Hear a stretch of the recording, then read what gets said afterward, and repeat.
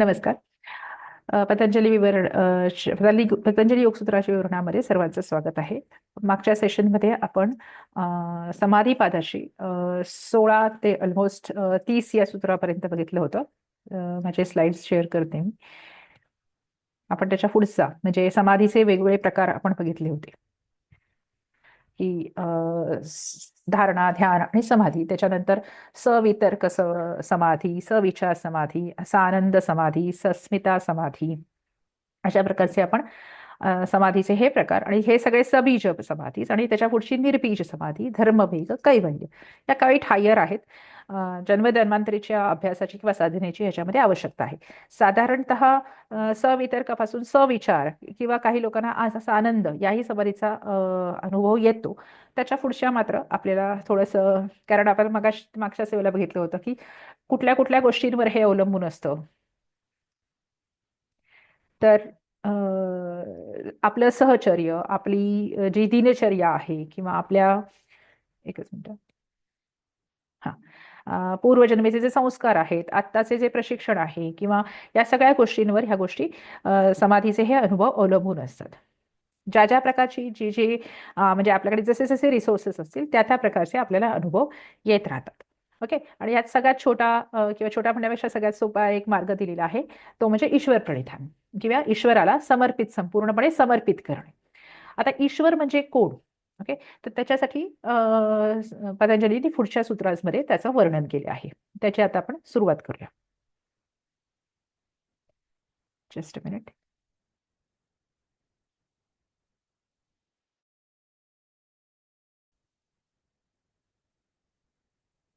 आता ह्या ईश्वर म्हणजे कोण या पतंजलीच्या या सूत्रांवर बरेचसे थोडंसं होत नाहीये मॅक्सिमाइज. आपण असंच पुढे जाऊया काही ह्याच्यासाठी.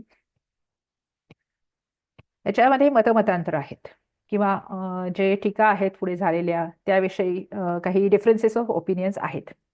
तर हे आपण मागच्या सेशनमध्ये बघितलं होतं की ईश्वर प्रणिधानाद्वा असा तो सांगतो आहे सूत्रामध्ये. आता ईश्वराविषयी पुढे एक सूत्र दिलेलं आहे की क्लेश कर्म विपाकाशयैः अपरामृष्ट पुरुष विशेष ईश्वर. संधी विग्रह करून सांगितलं की क्लेश कर्म विपाकाशयैः, तृतीया बहुवचन, अपरामृष्ट पुरुष विशेष ईश्वर. म्हणजे आता जनरली ईश्वर म्हटला की आपल्याकडे मायथॉलॉजीच्या ह्याच्यानुसार त्रिमूर्ती, ब्रह्मा विष्णू महेश, मग त्याच्यानंतर शैवपंथी आहेत वगैरे वेगवेगळे आहेत, शाक्तपंथी आहेत, काही फेमिनाईन फॉर्ममध्ये आहेत. तर असं जनरली ईश्वर अशा ईश्वर म्हटलं की हा शब्द आपल्याला की परमेश्वर किंवा गॉड किंवा मग गीतेमध्ये जसं कृष्णाने विश्वरूप दर्शन दिलं आहे वगैरे असे नेहमी आपल्या समोर उदाहरणं म्हणजे येतात. पण पतंजलीसाठी ईश्वर हा एक वेगळा कन्सेप्ट त्यांनी मांडलेला आहे. त्याच्यासाठी ईश्वर म्हणजे काय आहे की तो इथे पृथ्वीवर किंवा देहामध्ये असलेला मनुष्य आहे, ज्याला साधारणतः सोपं समजावं म्हणून सांगते की सुपर ह्युमन बिंग्स किंवा ज्याला आपण स्पेशल मॅन असं म्हटलं जातं. दीज आर सिद्ध माणसं असतात ही किंवा इथेच असतात पृथ्वीवर किंवा काही वेळेला देहाच्या पलीकडे पण असतात. तर अशा प्रकारचा मनुष्य किंवा अशा प्रकारचा व्यक्ती की जो एक पुरुष विशेष आहे किंवा विशेष प्रकारचा पुरुष आहे. कसा असतो तो की ही इज अनटच्ड बाय क्लेश कर्म ह्यांचे जे विपाक, क्लेश आणि कर्म यांचे विपाक किंवा यांचे जे परिणाम होतात त्याच्या ही म्हणजे त्यांनी सुद्धा ही इज अनटच किंवा ही त्यांच्या पलीकडे जो गेलेला आहे अशा प्रकारचा जो एक पुरुष विशेष पुरुष आहे त्याला ईश्वर असं म्हटलं जातं. आता ही ईश्वराची पतंजलीने स्वतःची डेफिनेशन दिलेली आहे. आता क्लेश कुठले आपण पुढे आपण हे पंचवृत्तीच बघितल्या होत्या. काही क्लेशदायी असतात, काही अक्लेशदायी असतात. तर या प्रकारचे क्लेश ते क्रिएट करतात. क्लेशाची पण कन्सेप्ट पुढे सांगितली आहे पतंजलीने की अविद्या, अस्मिता, राग, द्वेष, अभिनिवेश अशा प्रकारच्या या पंचवृत्तीमुळे आपण या 5 प्रकारचे क्लेश आपल्याला प्राप्त होतात. तर ह्या सगळ्या अविद्या म्हणजे इग्नोरन्स, लॅक ऑफ नॉलेज. अस्मिता म्हणजे एक प्रकारचा अस्मिता म्हणजे मूळ स्वरूप. काही वेळा ते त्रासदायक ठरू शकतं. राग, राग म्हणजे अटॅचमेंट्स किंवा एक प्रकारचं जे अट्रॅक्शन असतं कुठल्याही गोष्टी. द्वेष म्हणजे रिपल्शन, म्हणजे आपण काही गोष्टींना अट्रॅक्ट होतो, काही गोष्टींना रिपेल करतो, म्हणजे आपण त्यापासून दूर पळतो. तर ही जी काही राग अनुराग आहे तो सुद्धा. आणि अभिनिवेश, अभिनिवेश म्हणजे हा एक प्रकारचा बुद्धीवर आलेला मळब आहे ज्याच्यामुळे आपल्या गोष्टी योग्य प्रकारे आपण ग्रहण करू शकत नाही. सो अहंकार असं थोडंसं म्हणू शकतो त्याला, पण अभिनिवेश अहंकारापेक्षा वेगळा असतो. ते आपण नंतर बघू क्लेश कुठल्या कुठल्या प्रकारचे असतात. सो अविद्या, अस्मिता, राग, द्वेष, अभिनिवेश अशा 5 प्रकारच्या क्लेशांच्या परिणामांपासून क्लेशांच्या विपाकापासून आणि कर्म कर्म कुठली सांगितलेली आहेत गीतेमध्ये? कर्म, विकर्म, अकर्म असे 3 प्रकारचे सांगितलेले आहेत. योगशास्त्रामध्ये किंवा सांख्यांच्या दृष्टीने कर्माचे 3 प्रकार होतात, की शुक्ल कर्म किंवा शुभ कर्म, अशुक्ल कर्म किंवा अशुभ कर्म, आणि शुक्लाशुक्ल म्हणजे मिश्रित कर्म. अशा 3 प्रकारचे सांख्यांनी कर्माचे टाइप्स सांगितलेले आहेत. तर अशा प्रकारची कर्म आणि अशा प्रकारचे सगळे क्लेश ह्यांच्या परिणामांपासून, ह्यांच्या विपाकांपासून जो the one who goes beyond all this things, किंवा जो ह्याच्यापासून निवृत्त झालेला आहे, ह्याच्या पलीकडे गेलेला आहे, अशा प्रकारचा एक विशेष पुरुष जो असतो त्याला पतंजलींनी ईश्वर अशी संज्ञा दिलेली आहे. आता याचं पुढे वर्णन पण दिलेलं आहे. Just a minute. हा, तर त्याचं डिस्क्रिप्शन सांगता आहेत. म्हणजे मगाशी ते सुपर ह्युमन बिंग्स जस्ट कॅज्युअली सांगितलं होतं, पण अशा प्रकारचे विशेष प्रकारचे पुरुष म्हणजे काही वेळा ते देहामध्ये असतात, काही वेळा देहामध्ये नसतात सुद्धा, ज्याला आपण साधारणतः गुरु अशी संज्ञा दिली जातो. तर त्याचं वर्णन पुढे दिलेलं आहे. तत्र निरतिशयम सर्वज्ञ बीजम, म्हणजे त्याच्यामध्ये, म्हणजे तत्र म्हणजे त्याच्यामध्ये, त्या गुरुमध्ये किंवा त्या ईश्वरामध्ये काय असतं, की सीड्स ऑफ ऑमनी सायन्स. हा, सर्व बीज म्हणजे जेवढं म्हणून या पृथ्वी तलावर किंवा या अवकाशामध्ये जेवढं ज्ञान आहे ते सगळं त्याच्यामध्ये असतं, सगळी बीज त्याच्यामध्ये असतात. ओके. जसं आपल्याला नॉर्मली माहिती आहे की अख्खा वृक्ष हा बीजामध्ये असतो. ओके. किंवा आपण कसे होणार आहोत, बाळ कसं होणार आहे त्याचं सगळं सार एकाच एक्स आणि वाय क्रोमोझोम मध्ये किंवा त्याच्या जेनेटिक पॅटर्न मध्ये असतो, बीजामध्ये असतं.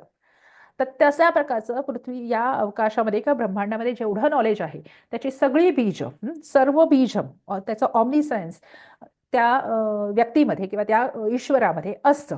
हा, आणि ही इज अनसरप्रेस्ड, म्हणजे निरतिशयता त्याच्यामध्ये असते. निरतिशयता म्हणजे पराकाष्ठा. एखाद्या गोष्टीची आपण जेव्हा आपण तरप तम प्रत्यय शिकलो की द्वयोः अतिशयार्थम तरप प्रत्यय असती, सर्वेषु अतिशयार्थम तम प्रत्यय असती. ओके. तर ते अतिशयार्थम म्हणजे एखादी गोष्ट हायेस्ट फॉर्म ऑफ, तर निरातिशयता पराकाष्ठा, एखाद्या गोष्टीची पराकाष्ठा म्हणजे त्या सगळ्या गोष्टींचं जो बेस्ट असेल तर तो ईश्वर आहे. म्हणजे हे जे काही आतापर्यंत सगळे पंचवृत्ती आणि क्लेश वगैरे सांगितले, याच्यावर जो कंट्रोल ठेवू शकतो आणि ह्याच्या ज्या सिद्धीज आहेत किंवा ह्याच्या ज्या शक्तीज आहेत, याच्यातला बेस्ट नॉलेज ज्याला असतं तो मनुष्य ईश्वर आहे, असं वर्णन त्यांनी 25व्या सूत्रामध्ये तो करतो आहे. म्हणजे एक ज्ञानी, ज्याला गीतेमध्ये ज्ञानीनं तत्वदर्शिनः असं गुरुचं वर्णन केलेलं आहे. तसं जो ज्ञानी आहे, जो तत्वदर्शीन आहे, म्हणजे ते आध्यात्मिक जे चेतना तत्व आहे हे त्यांनी मूळ बघितलेलं आहे दर्शन, आणि सिद्ध अवस्था किंवा सिद्ध अवस्था त्याला प्राप्त झालेली आहे, अशा प्रकारचा जो विशेष पुरुष आहे त्याचं वर्णन इथे दिलेलं आहे, तो ईश्वर आहे. ओके. आणि तरी पुढे पण काय म्हणतात त्यांच्याविषयी, त्या ईश्वराविषयी, की पूर्वेशाम अपि गुरुः कालेन अनवच्छेदात, सवर्ण दीर्घ संधी. तो काय आहे पूर्वेशाम, म्हणजे जसं विष्णूने म्हटलंय गीतेमध्ये की मी युगे युगे संभवामी युगे युगे, तसे वारंवार हे गुरु किंवा हे ईश्वर या पृथ्वीवर प्रगट होत असतो. तसं पूर्वेशाम म्हणजे पूर्वीच्या गुरूंचा सुद्धा हा गुरु आहे. ओके. पूर्वेशाम अपि गुरुः, तो म्हणजे पूर्वीचे जे प्रगट झालेले आहेत ईश्वर त्यांचाही हा गुरु आहे. आणि कालेन अनवच्छेदात म्हणजे he is a teacher of even ancient teachers also, ancient gurus also, आणि since he is not limited by time, he कालेन अनवच्छेदात म्हणजे कालाने त्याला आच्छादित केलेलं नाही, तो काळाच्या पलीकडे आहे, तो काळाच्या पलीकडे असून तो वारंवार पृथ्वीवर जन्म घेत असतो. So he is not, he is limitless किंवा ही इज टाइमलेस एंटिटी. आणि जनरली 4 गुरुज मेन मानले जातात, की अग्नी, आदित्य, वायू आणि अंगिरस असे 4 आदी गुरु मानले जातात. त्यांचाही तो गुरु आहे. He is Guru of all, पूर्वीचे जे गुरु आहेत त्यांचाही तो गुरु आहे. असा पुरुष विशेष जो आहे त्याला ईश्वर अशी संज्ञा त्यांनी दिलेली आहे. तस्य वाचकः प्रणवः, 27व्या ह्याच्यामध्ये तो म्हणतो आहे. आता वाचक म्हणजे काय, की वाचक म्हणजे रिप्रेझेंटेशन किंवा रिप्रेझेंटेटिव्ह, आपण जे एखादे रिप्रेझेंटेटिव्ह सभेमध्ये वगैरे पाठवत असतो त्या प्रकारचे, की त्याला त्यांच्या सहाय्याने त्याच्यापर्यंत पोहोचता येतं. रिप्रेझेंटेटिव्हच्या सहाय्याने कंपनीच्या बॉसपर्यंत किंवा त्यांच्यापर्यंत पोहोचता येतं, तर तो वाचक आहे. बरोबर आहे. त्याचा वाचक म्हणजे ईश्वराचा, ईश्वरस्य वाचकः कः, प्रणव, ओंकार, प्रणव. तर हा जो ओंकार हा जो शब्द आहे किंवा हे जे अक्षर आहे, word, this is a word to designate him, म्हणजे हे प्रणव किंवा ओंकार हे त्याला डेसिग्नेट करण्याचं एक पद आहे किंवा एक प्रकारचा अक्षर आहे. आणि इथे पतंजलीला कुठल्याही प्रकारचा रिलिजियस गॉड, आणि त्यांनी त्याच्यासाठी म्हणजे Patanjali Yogasutra goes beyond any religion, आणि सगळीकडे काय ऍक्सेप्ट केलं जातं, तर त्याला एखाद्या रिलिजियस किंवा कुठल्याही प्रकारचे तीर्थंकर किंवा म्हणजे असे काही हे मांडायचे नाही आहेत. सो दिस इज पतंजलीचा हा जो ईश्वर आहे, पतंजलीने ईश्वराची जी कन्सेप्ट मांडलेली आहे, that do not follow any religion, म्हणजे हिंदुइझम, सनातन धर्म, मुस्लिम, ज्यू वगैरे अशा प्रकारचे कुठलेही रिलिजियस ते फॉलो करत नाही. त्याच्यासाठी इवन त्याला काही फॉर्म नाही आहे, म्हणून त्याला ओंकार हा त्याचा वाचक किंवा त्याचा रिप्रेझेंटेटिव्ह म्हटलेला आहे किंवा डेसिग्नेशन त्याचं म्हटलेलं आहे.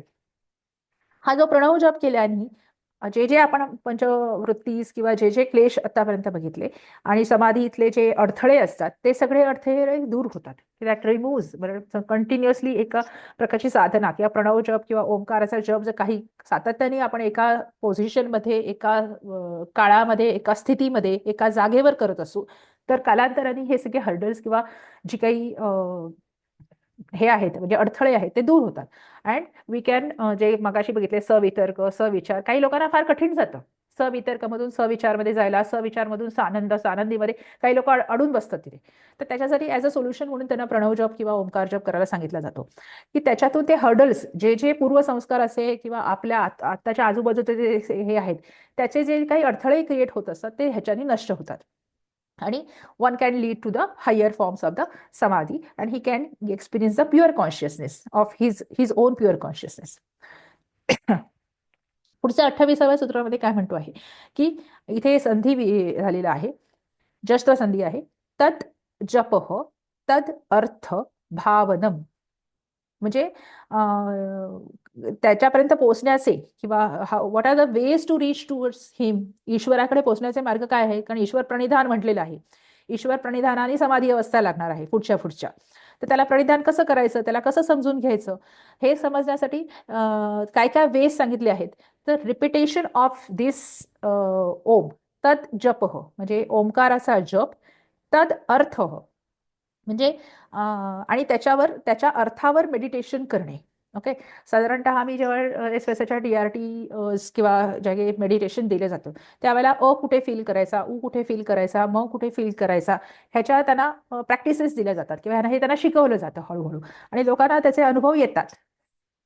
सो त्याचा अर्थ किंवा बॉडीमध्ये अर्थ, बाहेर अर्थ, अशा प्रकारचे अर्थ त्यांना हळूहळू शिकवले की त्यांना समजायला लागतात.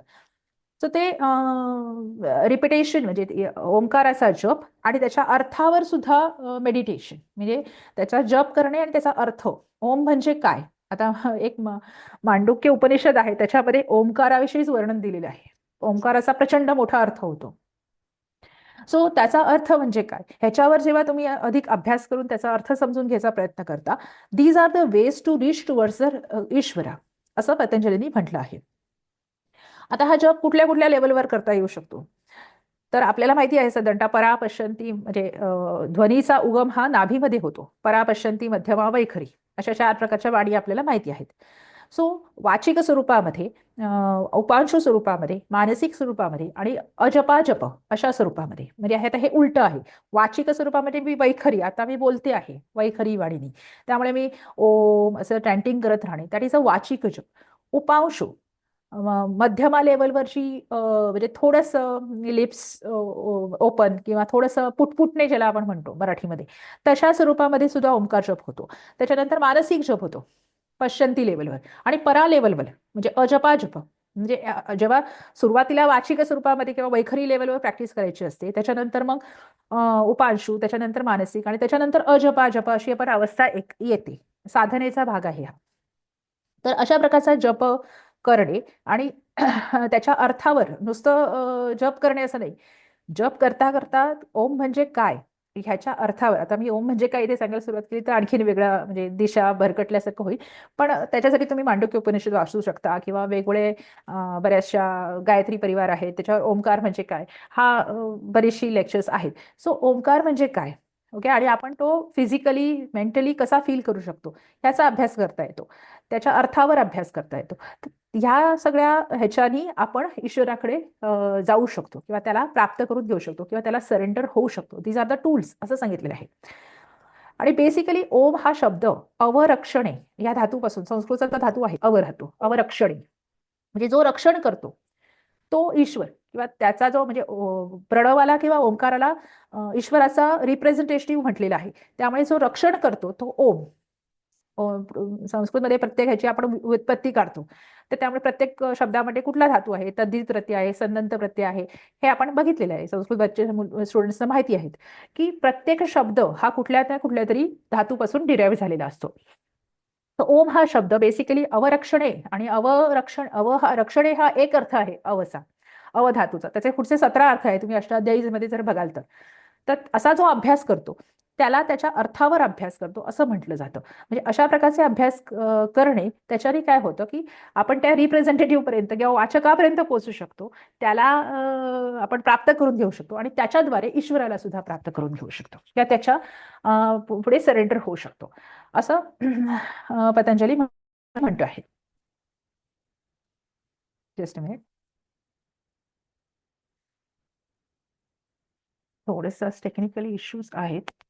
हा, आता हे अशा प्रकारची साधना केल्यानंतर आपल्याला काय बेनिफिट्स होतात किंवा काय काय आउटकम्स आपल्याला येतात, तर त्याविषयी 29व्या सूत्रामध्ये पतंजली म्हणतायत की ततः प्रत्यक्ष चेतना अधिगम अधिगम अपि अंतराया भाव च. ततः प्रत्यक्ष चेतना सवर्ण दीर्घसंधी अधिगम विसर्गस्य उत्व अनंतरम गुणसंधी अपि यणसंधी अंतराया भाव च. सो ह्याच्यामध्ये आपल्याला दोन गोष्टींचं म्हणजे बेनिफिट्स होतात. अशा प्रकारचे ओंकार जप किंवा ईश्वर प्रणिधान केल्यानंतर आपल्याला दोन प्रकारचे बेनिफिट्स होतात. ते म्हणजे एक म्हणजे आपल्याला प्रत्येक चेतना अधिगम होतो आणि दुसरं म्हणजे अंतरायाचा अभाव होतो. आता हे आपण समजून घेऊया की प्रत्येक चेतना अधिगम म्हणजे काय, की फ्रॉम म्हणजे अशा प्रकारच्या ओंकार जप केल्यानंतर फ्रॉम दॅट ओंकार जपा comes the realisation of the individual self. Okay, तर ही गोष्ट फार करणं गरजेचं आहे. आपण वयाच्या 40, 50, 60व्या वर्षी ह्या क्षेत्राकडे लोक वळतात, परंतु माझं वैयक्तिक मत असं आहे की 10वी 12वी झाल्यानंतरच मुलांनी या गोष्टीची सुरुवात करायला पाहिजे, जिथे त्यांचं करिअर सुरू होण्याच्या आधी किंवा त्यांना आयुष्यात काय करायचं आहे त्याच्या आधी, की हे प्रश्न जे आहेत ना, हे प्रश्नांची उत्तरं तेव्हा मिळणं आवश्यक आहे जास्त. असो, हरकत नाही. सो मी कोण आहे, who am I, from where do I come, माझ्या पास्ट काय आहे किंवा माझ्या आयुष्यातला पर्पज काय आहे, मला काय मिळवायचं आहे किंवा मला देवाने इथे का पाठवलेलं आहे या पृथ्वीवर, ह्या प्रश्नांची उत्तरं मिळणं म्हणजे realisation of the individual self. आता ह्या प्रश्नांची उत्तरं प्रत्येकाची वेगवेगळी असतात. सो ती प्रत्येक चेतना म्हणजे आपली जी चेतना आहे त्याने इथे पृथ्वीवर प्रगट व्हावण्यासाठी काय पर्पज आहे, काय उद्दिष्ट आहे, या 60, 70, 80 वर्षामध्ये आपल्याला काय साध्य करायचं आहे, हे आपल्याला अशा प्रकारच्या साधनेनंतर हे समजायला लागतं हळूहळू. पूर्णतः कदाचित नाही समजणार. आता ज्याची जशी शक्ती वीर्य आपण बघितलं त्या त्या पद्धतीने त्याला ते समजतं. ओके, त्यामुळे त्याला सेल्फ रिअलायझेशन किंवा प्रत्येकाच्या इंडिव्हिज्युअल प्रश्नांची उत्तरं मिळायला लागतात. आणि दुसरं म्हणजे काय असतं की अंतराय अभाव, डिस्ट्रक्शन ऑफ द ऑब्स्टॅकल्स. आता हा जो काही मार्ग आहे आपण जो समाधीपासून बघतो आहोत, ओके, एक तर पंचवृत्तीच कंट्रोल करणं एक वेळ इझी आहे, पण आपण हा जो पुढचा 16-17व्या श्लोकापासून बघतो आहे हा मार्ग खडतर मार्ग आहे. हा मार्ग जितका बोलायला जितका सोपा आहे त्याच्यापेक्षा अत्यंत पटीने हा कठीण आहे. त्याच्यावर चालताना बरेच ऑब्स्टॅकल्स येतात, खूप ऑब्स्टॅकल्स येतात, म्हणजे पदोपदी म्हणजे खूप काटे या मार्गामध्ये विखुरलेले आहेत. सो ते जे काही ऑब्स्टॅकल्स आहेत, अंतरायास असं त्याला म्हटलेलं आहे पतंजलीने, की हे जे काही obstacles on the path of this sadhana is called as a अंतरायास बाय पतंजली. सो त्या अंतरायासचा अभाव होतो म्हणजे त्याचं डिस्ट्रक्शन होतं किंवा ते संपुष्टात येतात किंवा त्यांचा नाश होतो. आता हे अंतरायासविषयी पुढे वर्णन करतो आहे, तो पुढे सांगितलेली आहेत अंतरायास कुठले कुठले आहेत ते. सो अशा प्रकारच्या समाधी किंवा अशा प्रकारचे हे जे काही आपण आतापर्यंत हे बघितले की वेगवेगळ्या प्रकारच्या सविचारापासून आनंद, अस्मिता, बीज निर्बीज समाधी, आणि त्याच्यासाठी सोपा मार्ग आहे तो ईश्वर प्रणिधान. तो ईश्वर कोण आहे ईश्वर, किंवा त्याचा वाचक कोण आहे, ओके, आणि त्याला कसं प्राप्त करायचं, हे सगळं जेव्हा आपण साधना अशा प्रकारची करत जातो तेव्हा हे दोन अत्यंत महत्वाचे बेनिफिट्स आपल्याला मिळतात, की आपल्याला स्वस्वरूपाची जाणीव होते की मी आज या पृथ्वीवर जन्म कशासाठी घेतला आहे किंवा माझा काय पर्पज आहे. पण ह्या प्रश्नांची उत्तरं मिळणं फार गरजेचं असतं. आणि दुसरं म्हणजे अंतरायाचा अभाव, म्हणजे जे काही ऑब्स्टेकल्स मार्गामध्ये येतात ते नष्ट होत जातात हळूहळू किंवा संपुष्टात येत जातात. आता हा पुढे चित्त विक्षेपास किंवा अंतरायास विषयी 30व्या ह्याच्यापासून सांगतो आहे. एकच मिनिट. ओके. सो हा कारण हा महत्वाचा कन्सेप्ट आहे पतंजलीचा, चित्त विक्षेपास किंवा अंतरायास. एक सूत्र आहे 30वं समाधीपादामध्ये, व्याधी स्यान संशय प्रमादालस्य अविरती, सवर्ण दीर्घ संधी आहे, अविरती भ्रांती दर्शन अलब्ध भूमिकत्वानी अलब्ध भूमिकत्वान अनवस्थित स्थिततत्वानी चित्तविक्षेपाः ते अंतरायाः. म्हणजे हे चित्तविक्षेप आहे, चित्ताला एक मिनिट.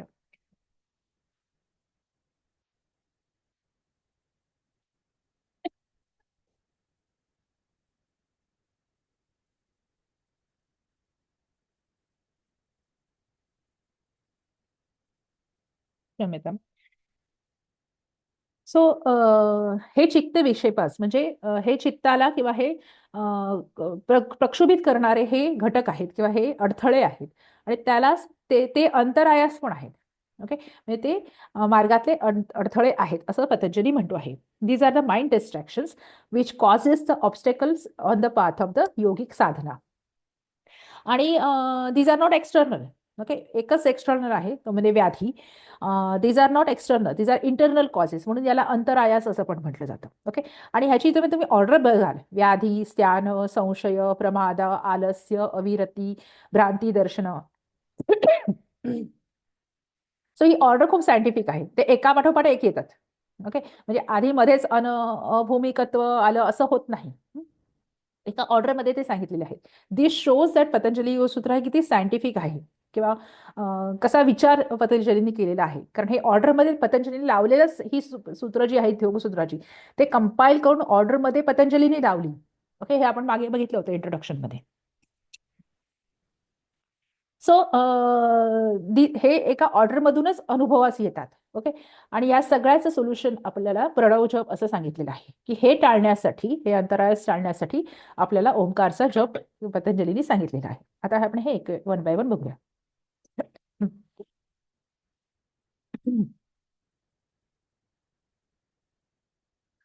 ओके, तो व्याधी पहिला आहे. व्याधी योगशास्त्रामध्ये माहिती असेल, आधी हा कन्सेप्ट बऱ्याच लोकांना माहिती असतो. सो आधी जे व्याधी जे आहेत, आणि ते व्याधी म्हणण्यापेक्षा त्याला आधी असं म्हणायला पाहिजे basically. Okay, mental disturbances. So व्याधी हा पहिला अंतरायास किंवा चित्त विक्षेप सांगितला आहे. वेगवेगळ्या प्रकारचे व्याधी असतात. लोकांना शारीरिक व्याधी असतात, मानसिक असतात, सायकोसोमॅटिक असतात. आणि बेसिकली सायकोसोमॅटिक ज्याला आधी जे व्याधी असा कन्सेप्ट आहे, तर ती आधी जी क्रिएट होते, आधी हा खूप मोठा कन्सेप्ट आहे. सो ती आधी हा एक पूर्णपणे अडथळा आहे. म्हणजे आधी इज, एका शॉर्टमध्ये सांगायचं झालं तर आधी is a fighting between a manomaya and विज्ञानमय कोश. आधी हा खूप ब्रॉडर कन्सेप्ट आहे. सो त्याच्यात जे भांडणं लागतात किंवा त्याच्यामध्ये जे फ्रिक्शन होतं, त्याने जो मेंटल डिस्टर्बन्सेस क्रिएट होतात त्याला जनरली आधी असं म्हटलं जातं, असं एका वाक्यात सांगता येईल. सो हे आधी जे व्याधी हा एक प्रकारचा ऑब्स्टॅकल आहे. स्त्यान, व्याधी स्त्यान, किंवा म्हणजे त्याच्याने काय होतं की मनुष्य फोकस राहू शकत नाही. ओके, कारण कंटिन्युअसली इंटरनल फायटिंग चालू असेल तर मनुष्य कसं काय कॉन्सन्ट्रेट करणार, कसं काय फोकस करणार, तो ऑलवेज डिस्टर्बच राहणार. ओके, किंवा त्याचे जे इंटरेस्ट असतात ते इंटरेस्ट सुद्धा कमी होत राहतात. सो व्याधी, स्त्यान, संशय, आणि अशा अवस्थेमध्ये पुढे काय होतं की संशय, म्हणजे मी चालतोय तो मार्ग योग्य आहे का, असा आधी संशय क्रिएट होतो. ओके. सो संशय, प्रमाद, आणि जेव्हा संशय उत्पन्न होतो, बुद्धीमध्ये जेव्हा भ्रम क्रिएट होतो, त्यावेळेला मिस्टेक्स होतात. ओके. बिहेवियरमध्ये सामान्यतः आपण व्यवहारामध्ये वागत असतो, तिथे मिस्टेक्स क्रिएट होतात किंवा आपण चुका करतो, काही गोष्टी निग्लेक्ट करतो, काही गोष्टी मिस करतो. ओके. आपल्याला आजूबाजूचे आपले गुरु किंवा गुरुजन असे असतात, ते आपल्याला काही गोष्टींचा उपदेश करत असतात, परंतु आपण त्या गोष्टी मिस करतो किंवा ओव्हर रीड करतो, ओव्हर हिअर करतो, किंवा ऐकून न ऐकल्यासारखं करतो. अशा प्रकारचे प्रमाद आपल्या हातून घडत राहतात. ओके. त्याच्यामुळे काय होतं, अधिकच साधनेमध्ये चा स्पीड कमी होत राहतो. त्याच्यामुळे मग आलस्य डेव्हलप होतं, लेझीनेस क्रिएट होतो. अविरती. हा. त्याला अविरती म्हणजे एक्स्ट्रीमिस्ट असं म्हटलेलं आहे. म्हणजे काही गोष्टींना मग ते पकडून राहतात आणि ते सोडायलाच मागत नाही, ते स्टब्बन होऊन जातात, किंवा एक प्रकारचा असा स्टब्बन ॲटिट्यूड त्यांच्यामध्ये दिसतो की नाही, मी हे सोडणार नाही. They lose the flexibility in the path of the yogic sadhana. So this is called as a avirati. Bhranti darshan, wrong perceptions, किंवा मनुष्य ज्या गोष्टी आजूबाजूला आपल्या घडत असतात त्याच्याविषयी काहीतरी भ्रम किंवा चुकीच्या भ्रामक समजुती करून घेतो. ओके. Wrong perceptions, illusions. समोरचा मनुष्य आपल्याला काय बोलतो आहे किंवा काय सांगतो आहे त्याच्याविषयी आपण आपल्या मनामध्ये काही ग्रह करून घेतो. सो हे सुरू होतं. अलब्ध भूमिकत्व ना, त्याच्याने काय होतं की पुअर कॉन्सन्ट्रेशन होतं, त्याच्यानंतर बेस हल्ला जातो, किंवा ज्या आपला हा जो विश्वास आहे या सूत्रांवरचा किंवा या साधनेवरचा, ही साधना मला पुढेपर्यंत नेणार आहे की नाही, किंवा मला माझ्या उद्दिष्टापर्यंत पोहोचवणार की आहे की नाही, असे संशय क्रिएट होतात. त्याच्यानंतर फाउंडेशन हलायला सुरुवात होते.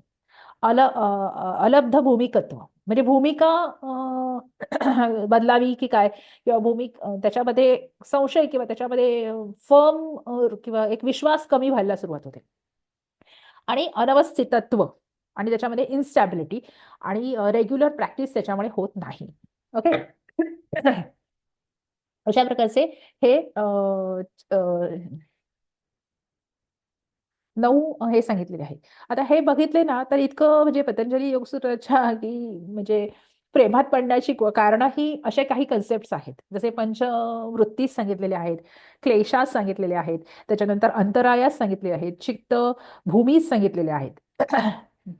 That makes these concepts makes Patanjali Sutra a very unique text. आता हे सांगताना कसं सांगितलेत बघा. पहिला एक तर हे क्रमशः अनुभवायला येतात. Okay. This follows a very scientific order.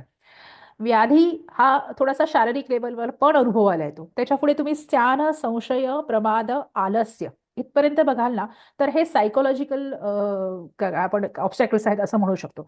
आणि त्याच्या पुढचे अविरती, भ्रांती दर्शन, अनब्ध भूमिकत्व हे थोडेसे कॉग्निशन मध्ये जाणारे आहेत, किंवा बुद्धीच्या कडे झुकणारे, किंवा बुद्धीच्या कार्यामधले हे अंतरायास आहेत, किंवा हे ऑब्स्टॅकल्स किंवा हे अडथळे आहेत. अशा प्रकारचा एक फिजिकल, 4 सायकोलॉजिकल, आणि पुढचे 4 जे आहेत ते बुद्धीच्या लेवलचे अडथळे आपल्याला योग साधनेमध्ये नेहमी अनुभवास येतात. ओके. सो त्याच्या पुढे आता हे जे अडथळे येतात त्याच्यामुळे साधनेची गती तर कमी होतेच. ऑफकोर्स समाधीचा लाभ होत नाही किंवा अनुभव आपल्याला येत नाही. परंतु त्याचे काही सहभाव म्हणजे त्याचे काही बंधू सांगितलेले आहेत, त्याचे काही ब्रदर्स सांगितलेले आहेत, किंवा ज्याला आपण सिम्पटम्स पण म्हणू शकतो की आता हे जे एकच मिनिट, हे जे काही आपण चित्त विक्षेपास किंवा अंतरायास बघितले ते इंटरनल लेवलचे आहेत, बरोबर आहे. हे आपल्याला आहेत नाही आहेत हे साधकाला समजत नाही, तर त्याच्यासाठी काही सिम्पटम्स पण पुढे सांगितलेले आहेत. ओके. ज्याला विक्षेप सहभुव असं म्हटलं जातं. सिम्पटम्स ऑफ द अंतरायास और सिम्पटम्स ऑफ द चित्त विक्षेपास. की टाइप्स त्याच्यामध्ये 5 टाइप्स सांगितलेले आहेत की दुःख दौर्मनस्य अंगमे जयत्व श्वास प्रश्वास विक्षेप सहभुवाः. म्हणजे हे थोडेसे आपल्याला बाहेर जाणवू शकतात, म्हणून त्याला ब्रदर्स सहभाव असं म्हटलेलं आहे, की जे अकंपनी करतात या चित्त विक्षेपासना, किंवा चित्त विक्षेपासमुळे ही सिम्पटम्स किंवा हे अशा प्रकारचे परिणाम बॉडीवर किंवा तुमच्या पर्सनॅलिटीमध्ये दिसून येतात. ते कुठले कुठले आहेत?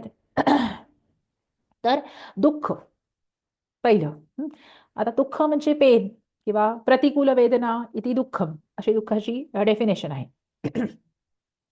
की जे मला सुखकर वाटत नाही, जे मला त्रासदायक वाटतं ते दुःख. ओके. सुख आणि दुःखाच्या संकल्पना फार सापेक्ष आहेत. सो प्रतिकूल वेदना इति दुःखम. तर ही तीन प्रकारची असतात: आध्यात्मिक, अधिभौतिक आणि अधिदैविक. आध्यात्मिक म्हणजे आपले जे काही अंतर्नल फायटिंग चालू असते, इंटरनल षड्रिपूंमुळे किंवा काम, क्रोध आदी इच्छेमुळे वगैरे वगैरे, ते जे काही फायटिंग्स आहेत त्याच्यामुळे दुःख क्रिएट होतं. अधिभौतिक म्हणजे आपण ज्या लोकांबरोबर आजूबाजूला राहतो आहोत, त्यांचे जे काही इंटरपर्सनल रिलेशनशिप्स आहेत आपली त्यांच्याशी किंवा त्यांचे आपल्याशी, किंवा समाजामध्ये आपण राहत असतो, तर त्याहीमुळे काही दुःख क्रिएट होतात. ओके. आणि अधिदैविक, अधिदैविक म्हणजे जे जसं आता नॅचरल कॅलॅमिटीज आपण बघतो आहोत, काही ठिकाणी पूर येतोय, काही ठिकाणी अम, थंडीची लाट येते आहे. तो अशा ज्या ज्या नॅचरल कॅलॅमिटीज असतात त्या मुळे होणारी दुःख, अशा तिन्ही प्रकारची जी दुःख आहेत ती दुःख मनुष्य अनुभवतो. ओके. ही दुःख या इंटरनल ऑब्स्टॅकल्समुळेच येत असतात. त्याच्यानंतर दुःख दौर्मनस्य. आता अशा या दुःखांमधून जात असताना मनुष्याची मनशक्ती कमी होते, किंवा त्याला एक माइंडचा विकनेस यायला सुरुवात होते. कारण काय असतं की आपण योग साधना करत असतो, आपण काही चांगली कर्म करत असतो, काही लोक कर्म साधना करत असतात, कर्मयोग फॉलो करत असतात, काही लोक राजयोग फॉलो, आता जो आपण पतंजलीचा बघतो आहे तो राजयोग फॉलो करत असतात. पण अशा प्रकारचं कुठल्याही प्रकारची योग साधना जी काही असेल, काही लोक ज्ञानयोग फॉलो करतात, जी योग साधना आपण सुरुवात केलेली असते, हं, तिला सक्सेस येत नाही, किंवा त्या साधनेमध्ये आपण अडथळ्यांमुळे ती पार करू शकत नाही, किंवा ते पोचू शकत नाही डेस्टिनेशन पर्यंत. किंवा तो so due to unsuccess of this karmas और दिस साधना, ऑन दिस साधना मार्ग, काय होतं की निराशा येते. आपण बऱ्याच लोकांना अनुभव असतो की आपण चांगली कामं करत असतो पण त्याला आउटपुट येत नाही. ओके. सो त्याच्यामुळे येणारे एक जी निराशा उत्पन्न होते, निराशा उत्पन्न झाली की अकर्मण्यता, अकर्मण्यता झाली की अरुची, असं ते पुढे पुढे फॉलो होतं. की अरे मी इतकं चांगलं करतो आहे पण मला जे अपेक्षित आहे ते फळ येत नाही. ओके. किंवा समाजामध्ये काही चांगला बदल घडून येत नाहीये, तर त्यामुळे थोडासा आपले एफर्ट्स कमी पडतात, आपण निराशावादी बनतो.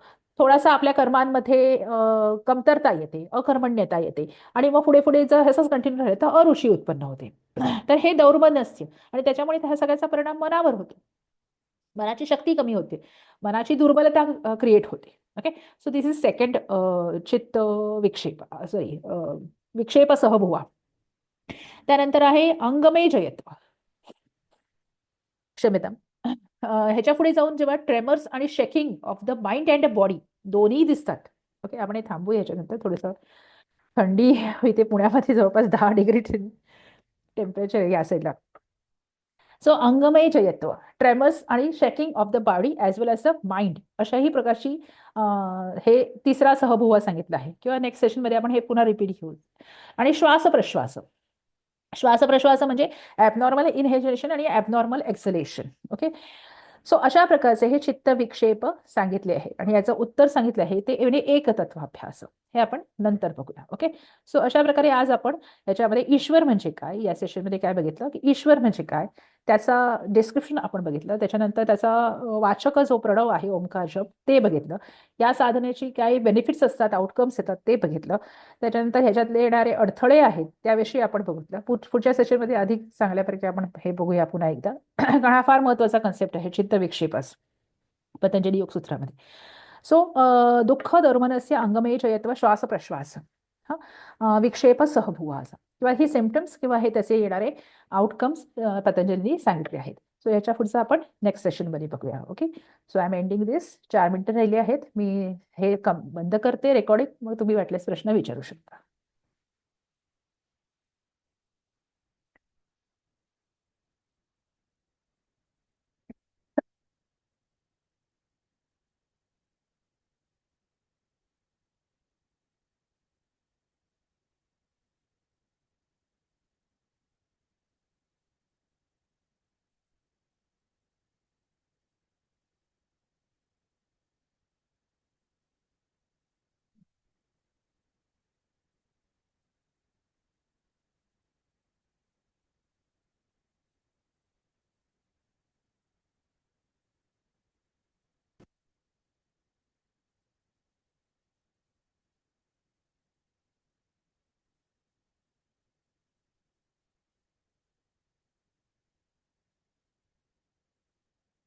हम्म.